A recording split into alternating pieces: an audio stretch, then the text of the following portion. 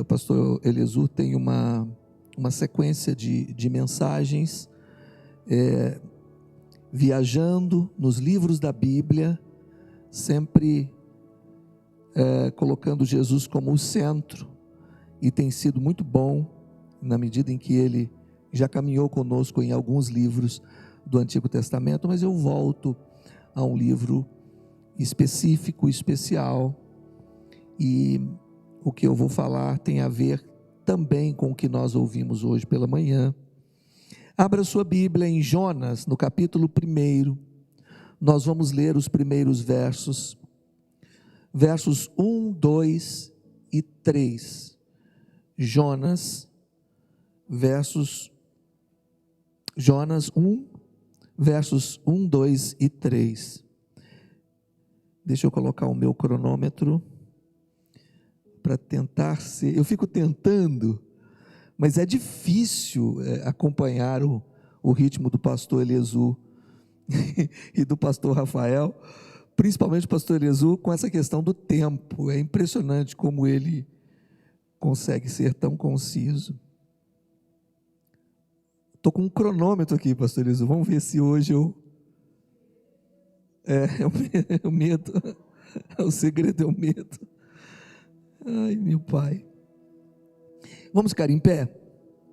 Nós vamos fazer essa leitura responsiva. Sempre que a gente tem a oportunidade de fazer a leitura, fazemos a leitura responsiva. À medida que eu for lendo, vocês repetem.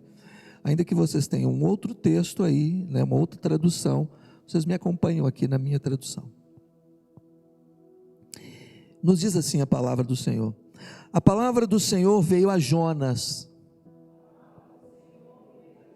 filho de Amitai, dizendo: levanta-te, vai à grande cidade de Nínive e pregue contra ela, porque a sua maldade subiu até a minha presença. Jonas se levantou, mas para fugir da presença do Senhor, para Tarsis, desceu a Jope e encontrou um navio que ia para Tarsis, pagou a passagem e embarcou no navio para ir com eles para Tarsis, para longe da presença do Senhor. Que o Senhor abençoe a sua palavra. Podem se assentar.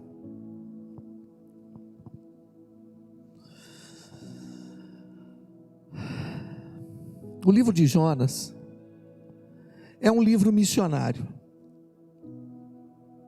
Talvez seja o livro mais missionário do Antigo Testamento. Encontramos o proto-evangelho lá em Gênesis 3. Mas, de uma forma muito especial, uma incursão missionária no meio de um povo terrível. Os ninivitas eram terríveis. Haja visto o que tinham feito no cerco de Samaria. Invadiram Samaria, mataram pessoas, mulheres, crianças. Tomaram as mulheres para si, misturaram os judeus. Por isso que os judeus não se davam com os samaritanos, porque os samaritanos acabaram sendo judeus misturados com povos pagãos. E eles estavam fazendo coisas terríveis, não muito diferente dos nossos dias, nem tão diferente assim dos dias de Sodoma e Gomorra. Porque o que podemos esperar de um coração longe de Deus, de um coração afastado de Deus, e o que é pior, um coração que não reconhece ser pecador? Você encontra com muitas pessoas por aí que dizem: eu não faço isso, eu não faço aquilo outro, eu não faço mais aquilo outro. Vão dando uma lista de coisas que não fazem, e então chegam a se justificar: não sou pecador. E dizer não sou pecador significa dizer: não preciso de Deus, não preciso desta graça. Nínive, os assírios, foram arqui-inimigos de Israel e também de Judá. Jonas ouve o chamado de Deus, e Jonas, conhecedor de quem Deus é, está um tanto preocupado, porque como judeu, ele tem raiva, ele tem ódio dos assírios. Ele deseja que caia uma bomba na Assíria e mate todos, porque são inimigos. E Jonas sabe que Deus costuma ser compassivo, que Deus, o nosso Deus Todo-Poderoso, Ele é um Deus de novas oportunidades. Ele é um Deus bondoso, é um Deus misericordioso, capaz de abrigar o miserável dentro de si. Portanto, Jonas está diante de um desafio. Sabe, meus irmãos, amar a Deus significa amar a sua missão. Eu vou repetir. Amar a Deus significa amar a sua missão. Nós vamos encontrar isso na figura daquele a quem seguimos. Quem nós estamos seguindo? Quem? Diga bem alto, quem nós estamos seguindo? Jesus.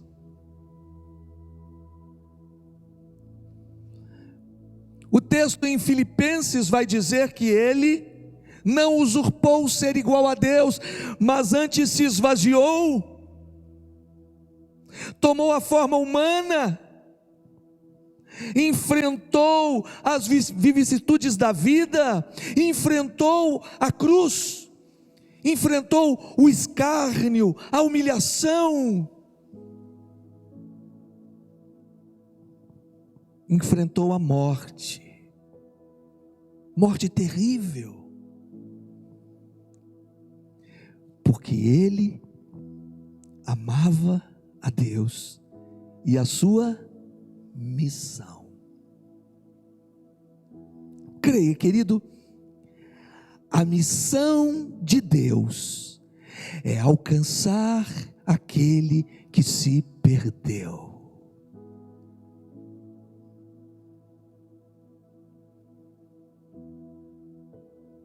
A palavra de Deus diz que Jesus veio para o que era seu, mas os seus não o receberam, e a todos quantos o receberam, deu-lhes o poder de serem feitos, chamados filhos de Deus.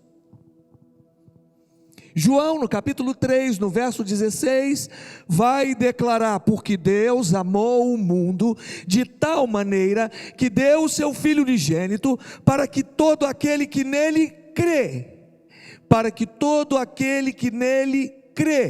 não pereça, mas tenha a vida eterna.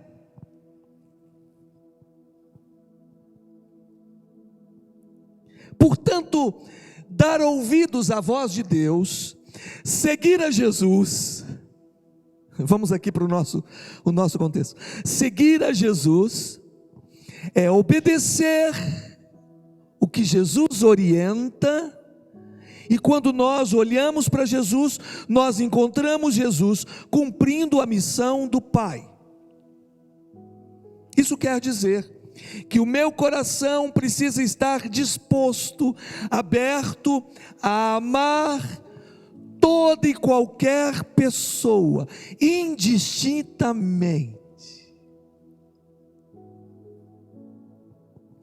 Eu não sei se nesse momento da sua vida você está odiando alguém, mas se isso está acontecendo, eu lamento profundamente por isso, mas se isso estiver acontecendo, você precisa amar essa pessoa. Entende isso? Você precisa amar quem pensa diferente de você. Você precisa amar quem está caminhando na direção oposta a você. Portanto, queridos, não há espaço nas fileiras do exército de Deus para o ódio. Não há.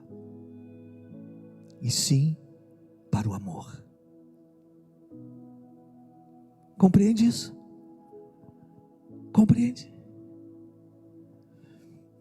Parece que o que aconteceu com Jonas naquele momento é algo que acontece conosco de maneira repetitiva.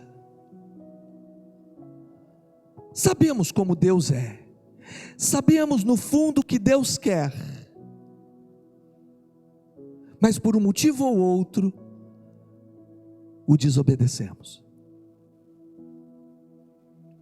Mas por um motivo ou outro, ao invés de caminharmos na direção do Senhor, do seu propósito, do seu plano, da sua vontade, escolhemos pegar algum navio para outro lugar.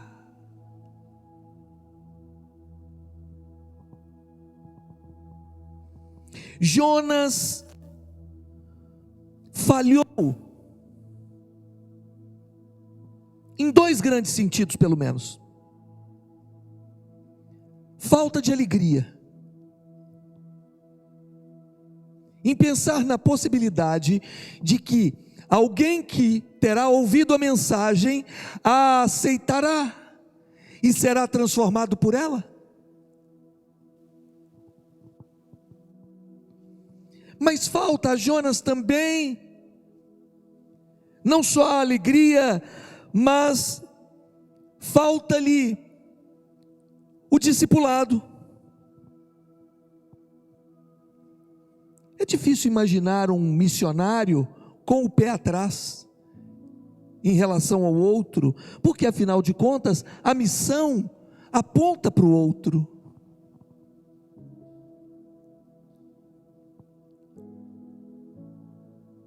Os discípulos de Jesus são missionários, são embaixadores do reino, estão aqui para salgar,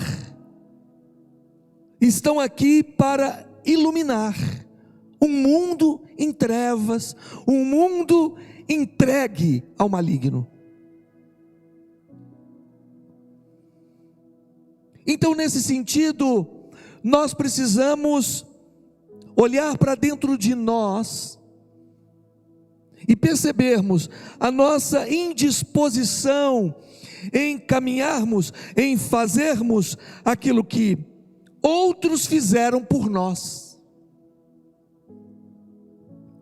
Eu tive a oportunidade agora de ir a Teoflotone, e eu posso dizer que a cidade de Teoflotone, na cidade de Teoflotone, foi onde tudo começou na minha vida ministerial. Porque quando eu saí de Valadares, de Governador Valadares, uma outra cidade de Minas, meu pai mudou para Teoflotone para assumir uma posição de gerência numa determinada empresa, e a condição financeira dele ia melhorar, e nós deixamos uma igreja em que nós estávamos completamente envolvidos, e agora fomos para uma outra igreja pequena, e ela estava com problemas ainda, as pessoas tinham problemas de relacionamento, mas lá, foi ali, em Teoflotone, que eu tive a convicção do meu chamado pastoral. E foram aqueles irmãos que compreenderam isso, e compreendendo isso, investiram, aportaram financeiramente para que eu fosse estudar. e não me faltou sustento enquanto estudei. Durante todos aqueles anos, em regime de internato, as ofertas chegaram para cobrir as minhas despesas. Então estive lá agora e pedi que reunisse o maior número possível daqueles irmãos, porque eu queria dar uma palavra a eles. Eu queria agradecer, porque eles compreenderam a importância do chamado, a importância de fazer missão. Nós sabíamos que pouco provavelmente ficaríamos lá, na cidade que nos enviou para o seminário. Percebe que precisa haver uma disposição naqueles que foram alcançados pela graça do Senhor em alcançar outros. Devemos àqueles que vieram antes de nós, que falaram do amor de Cristo para cada um de nós. Você se lembra? Você se lembra? Quantos podem se lembrar daquelas pessoas que falaram de Jesus para você pela primeira vez? Então, agradeça a Deus agora por essas pessoas. Senhor, muito obrigado por fulano de tal, muito obrigado, porque ele compreendeu o teu chamado, e ele separou um tempo para falar do amor de Cristo para mim, e hoje eu estou aqui diante do Senhor. Compreende isso?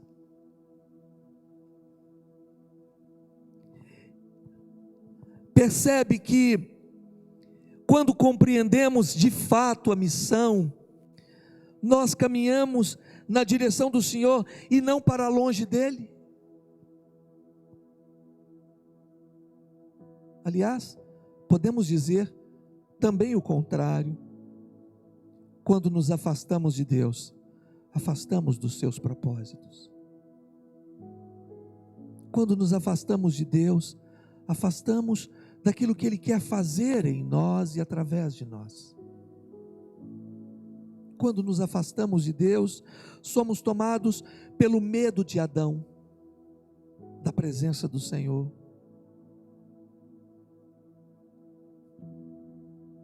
Somos tomados pela raiva de Jonas, de pensar que ele é melhor que o outro. Deixa eu lhes dizer uma coisa muito importante. Coloque isso no seu coração, grave isso no seu coração.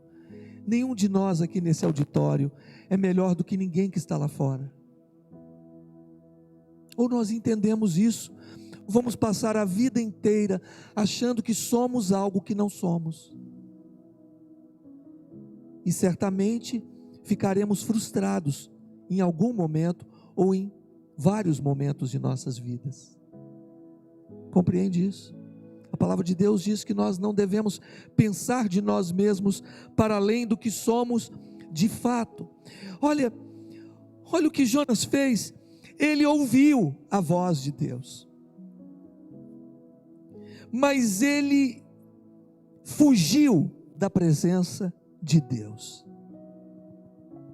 Ele foi para Jope, uma cidade portuária. Ele pegou uma embarcação, ele pagou a passagem.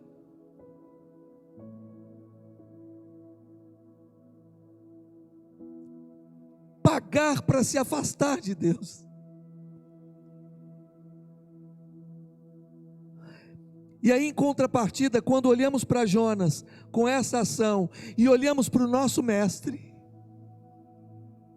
o encontramos se assentando com a mulher samaritana junto ao poço de Sicar, em Samaria.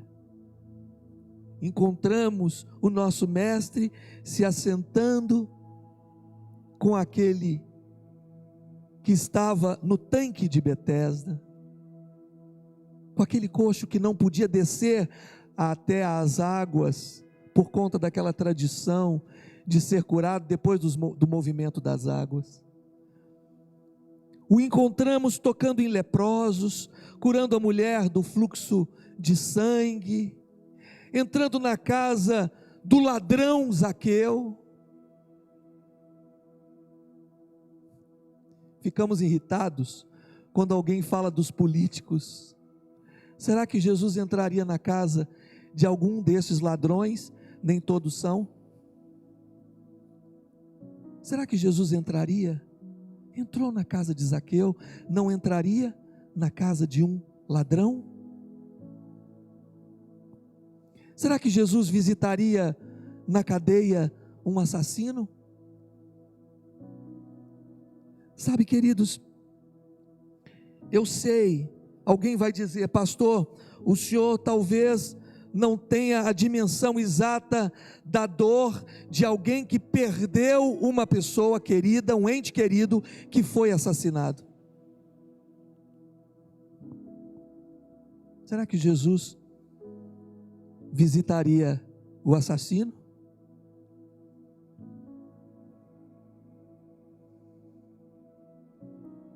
Às vezes eu fico triste, um pouco perplexo, mas mais triste do que perplexo, quando eu vejo cristãos defendendo a pena de morte. Quando eu vejo cristãos com discurso: tem que morrer mesmo na cadeia. Como assim? Nós não cremos num Deus que transforma? Quem somos nós? Olhemos para Barrabás. Alguém vai dizer: mas eu não sou um assassino, eu não sou um ladrão, eu não sou um estuprador, como Barrabás foi. Mas eu digo a você nessa noite: somos pecadores como Barrabás. E a condenação de Jesus foi a nossa soltura. Estamos livres porque o inocente morreu no nosso lugar, e isso é justiça de Deus. Eu posso não concordar muito com isso, mas não interessa se nós concordamos muito ou não, isso é justiça de Deus. Soltar Barrabás e matar Jesus, seu filho. Deus quer que Nínive se converta. Não precisa perguntar para Deus se é da vontade dele que São Leopoldo se dobre aos pés de Jesus, porque é.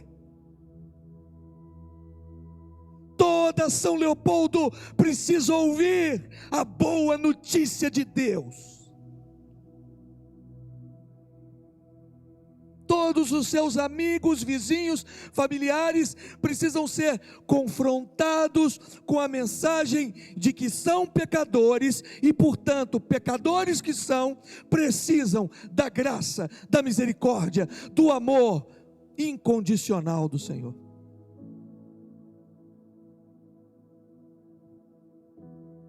Não há uma opção para aqueles que seguem a Jesus de fugir da presença de Deus. Nananina, não.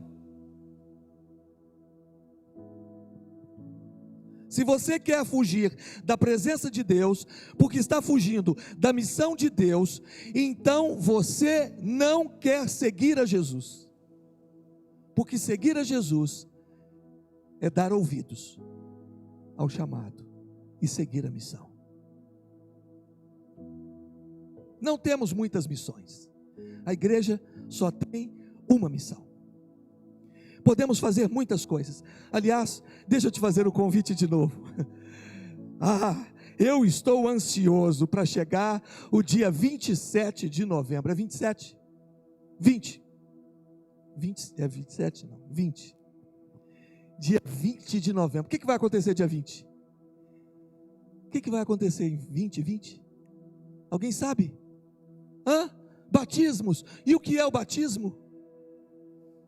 O que é o batismo? O batismo é um testemunho público da fé em Cristo Jesus. Alguém entendeu quem ele é, pecador, entendeu o que Jesus fez por ele, entendeu quem é o Senhor, e agora ele está morrendo para o mundo. Ele está dizendo em alto e bom som: eu estou morrendo para o mundo, eu morro com Cristo e ressuscito com Ele, numa nova criatura que vai caminhar na direção dele, que vai aprender mais dele, que não se considera santarrão, mas que está cada dia mais se separando para ele.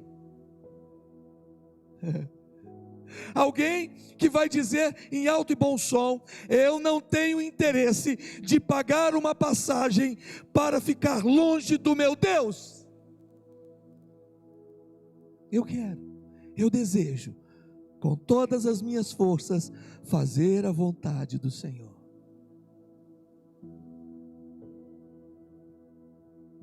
Caminhamos para o fim. Vocês conhecem a história de Jonas? Isso não vai acabar bem. Sabe por quê? Porque não acaba bem a história destes que seguem ao Senhor e num determinado momento se afastam dele. A história não termina aí. Eu fazendo a minha vontade, eu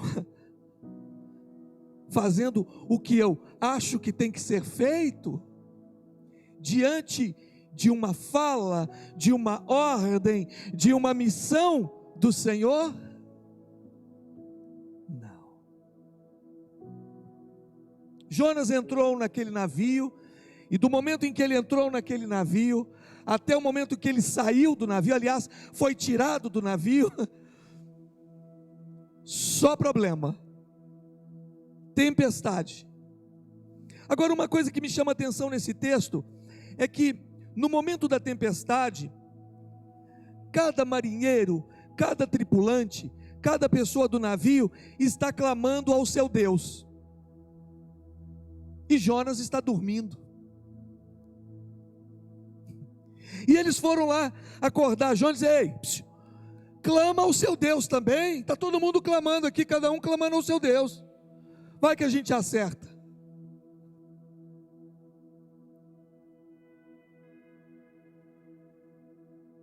Sabe, meus irmãos, uma das coisas mais constrangedoras para nós, pelo menos para mim foi assim, nas situações que eu vivi assim, é pedir alguma coisa para Deus quando nós estamos fugindo dele. É um constrangimento, não é verdade? Como pedir alguma coisa para Deus sem antes resolver aquele problema, sem antes resolver o problema da minha desobediência? Como é que a gente faz isso? É difícil? Eu não sei se você já viveu alguma coisa parecida, mas às vezes de maneira muito sutil, nós nos afastamos de Deus, e quando percebemos, sabe, nos metemos com tantas coisas, algumas delas legítimas, mas elas foram se acumulando, e nós fomos dando tanta importância para estas outras coisas, que fomos nos afastando de Deus. E aqui, deixa eu abrir um parêntese, eu não estou falando de se afastar momentaneamente da congregação, não é isso,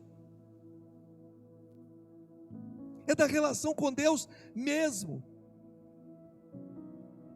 porque às vezes, por algum motivo, você afasta de se congregar, mas estando bem com Deus, estando se relacionando com o Senhor, obedecendo o que Ele está falando, tudo bem. Às vezes está viajando, foi para um outro lugar, ou está doente, mas a fala com Deus é permanente. Eu estou falando com Ele, eu estou ouvindo a sua voz, eu entendo o que Ele quer, e nós muitas vezes não damos ouvidos ao que Ele quer, porque nós sabemos que Ele vai fazer do jeito dele, e não nos agrada às vezes fazer do jeito dele. Então Jonas está constrangido, está todo mundo clamando o seu Deus, e Jonas, servo do Deus vivo, do Deus verdadeiro, do Todo-Poderoso, está lá dormindo. Então, todo aquele imbróglio vai ser resolvido na medida em que Jonas diz para aquelas pessoas: olha, o problema desse navio sou eu. Vocês não sabiam, mas vocês receberam no navio alguém que está fugindo do Deus vivo. Eu estou em desobediência a esse Deus. E aí então eles disseram: por que você fez isso com a gente? O que precisa ser feito para consertar isso? Jonas falou: me joguem no mar. Pelo menos nisso ele foi correto. Me joguem no mar. Os homens ainda assim tentaram recuperar o navio no meio da tempestade, mas não dava. Estava difícil. Deixa aqui abrir um parênteses para dizer para você: quando nós estamos desobedecendo a Deus, as coisas sempre ficam mais difíceis. Pode observar. Observa bem, pare para pensar aí agora. Eu te dou um tempinho para você lembrar. Lembra daquele negócio que você fez que não devia fazer? Não passou por Deus, passou? Lembra daquela cabeçada que você deu na parede? Você já estava longe de Deus. Você não buscou a Deus. Você não buscou a orientação dEle. Quantas vezes eu agi da pior maneira, porque eu não dei ouvidos à voz do Senhor, porque eu não fiz do jeito que Ele queria. Eu queria que fosse do meu jeito. Eu queria que se explodisse um determinado lugar. Ah, meus irmãos,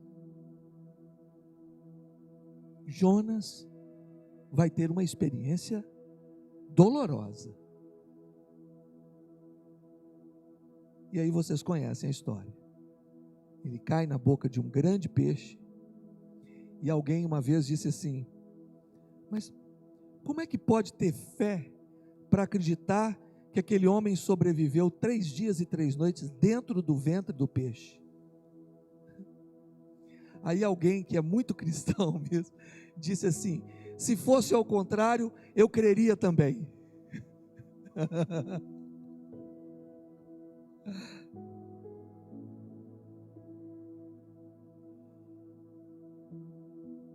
Sabe o que acontece quando não damos ouvidos à voz do Senhor?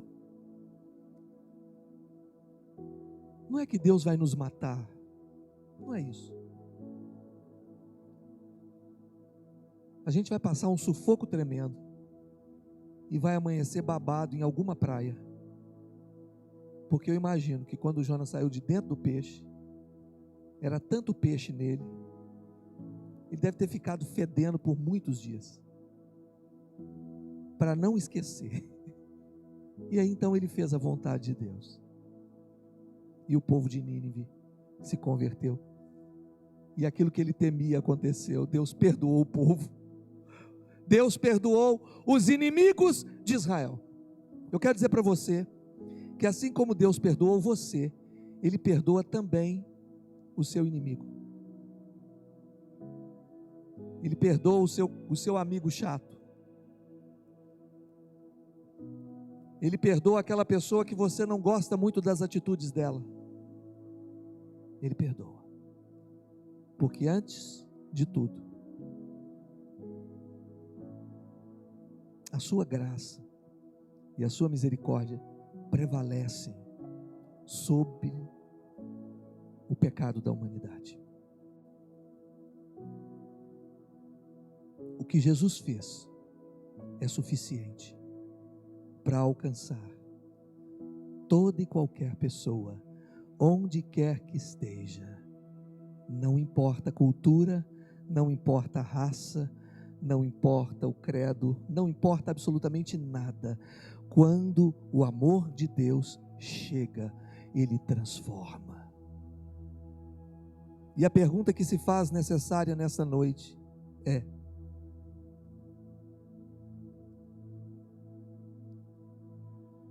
o Senhor chamou você?